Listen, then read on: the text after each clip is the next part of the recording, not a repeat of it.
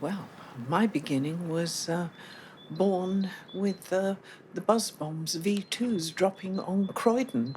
And the house I was born in, 6 Russell Road, received severe damage the day before I was born. So the window frames and doors were badly damaged.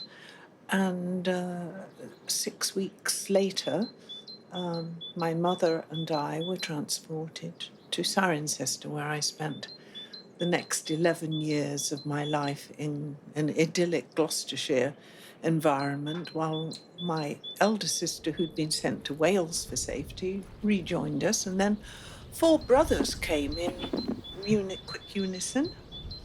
And so suddenly we were 6 children. And I remember my mother didn't have a washing machine or a vacuum cleaner.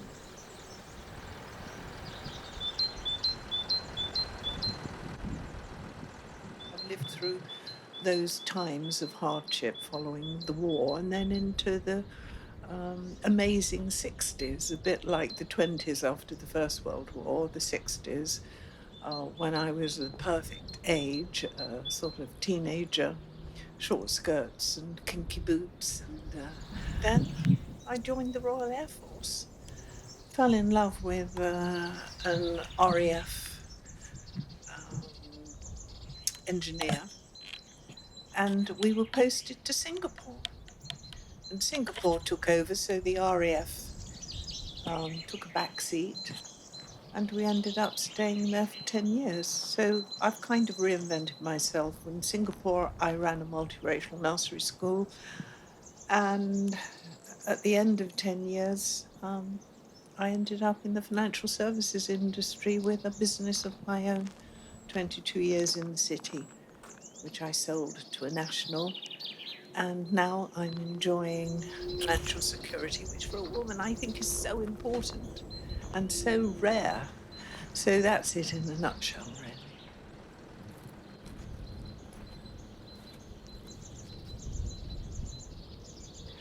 I got into writing by lending an Ethiopian poet called Lem Sisse, who's now just had his OBE, my house in France for a month so that he could finish his book and mend his broken heart and give up smoking. And he did all 3 in his gratitude. The next year took me to a literary festival in Dubai, my first. And I had a 5-year diary that I'd kept all sorts of little made-up poems or poems from favourite poets. And Lem suggested I start writing. I've published 2 books now, but the writing combines with my passion for photography and poetry and even cooking. So one combines all 3, and the other one is a much improved poetry book because I joined a local poets group in Richmond and Barnes, Chiswick area, and I am learning every day to be a better poet.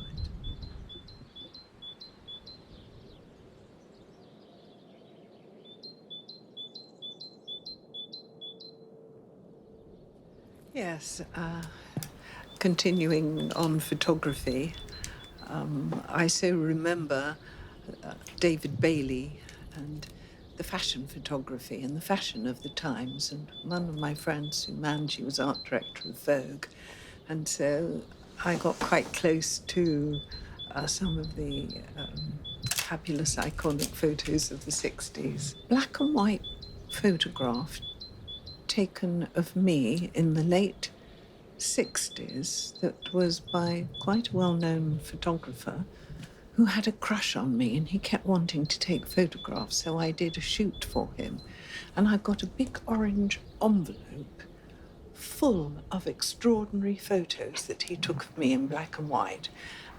I never really realized how powerful photographs were, and that I've got captured my young self with the self-consciousness. And when I look at those photos, I remember so exactly what it was like to be them, being one of 6 children until my mother remarried and made it 7 children, which is an odd number.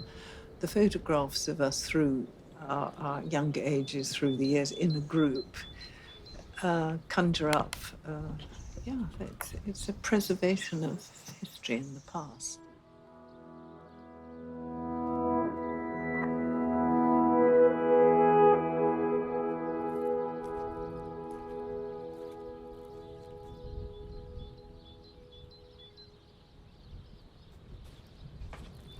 Well, share quite a lot, I think, with Linda there as far as cooking and writing and photography go.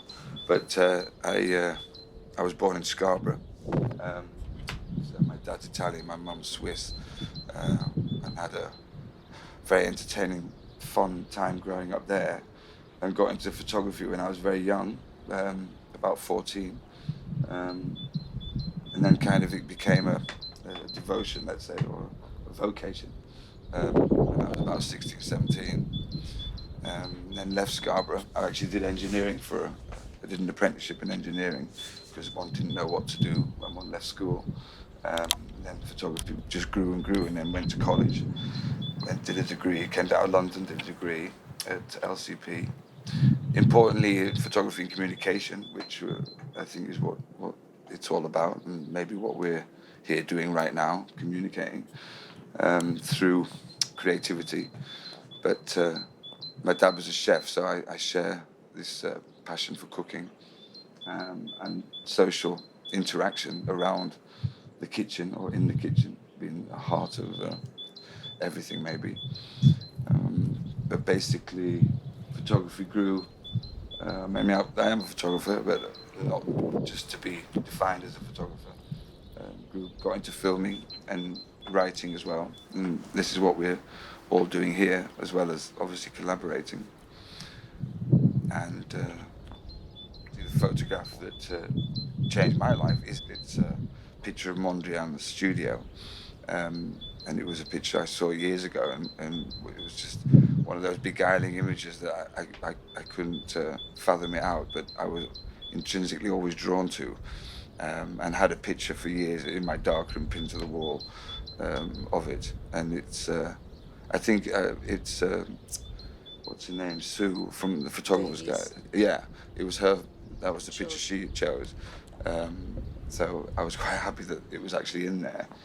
And it is an amazing picture, but yeah, that's I think it's one of those things. It was because on the surface it's quite a I don't know. It's a very simple picture maybe, but I think compositionally, maybe abstractly, that it's something you can't define, but it's constantly alluring, and just always begs the question. Yeah, even before one knew the contextualization of imagery or deconstruct whatever it might be, it was just it's that image really. I mean, there's other ones, but I think the first one would be that one.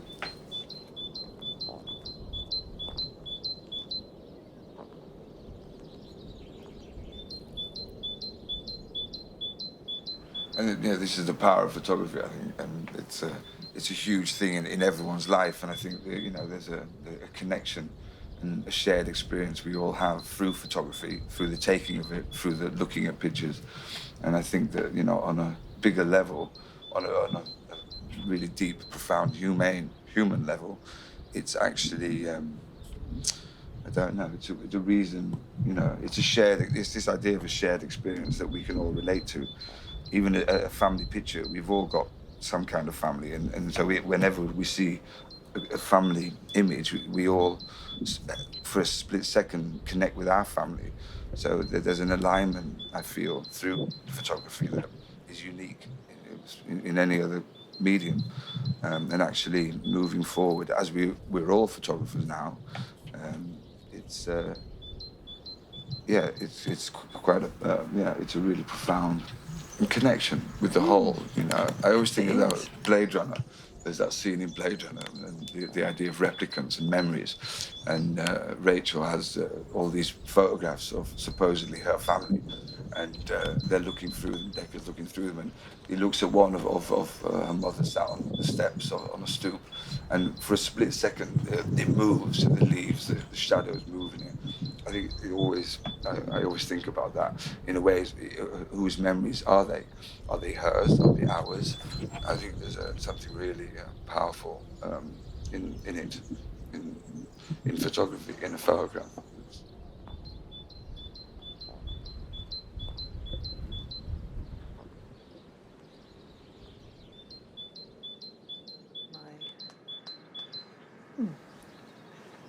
There it is.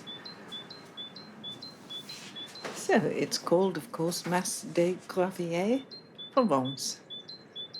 A 250-year-old stone farmhouse keeps its secret, embracing art, holding beauty and passion of times past. The foothills of Cezanne's Victoire mountain, a moving shadow guarding its peaceful vineyards. The ancient walls mingle with outdoor resilience. The arrival of spring brings a complex blending of people, of art and nature, of vines awakening, arousing a passion, a frenzy of creativity that will echo long into the next 250 years.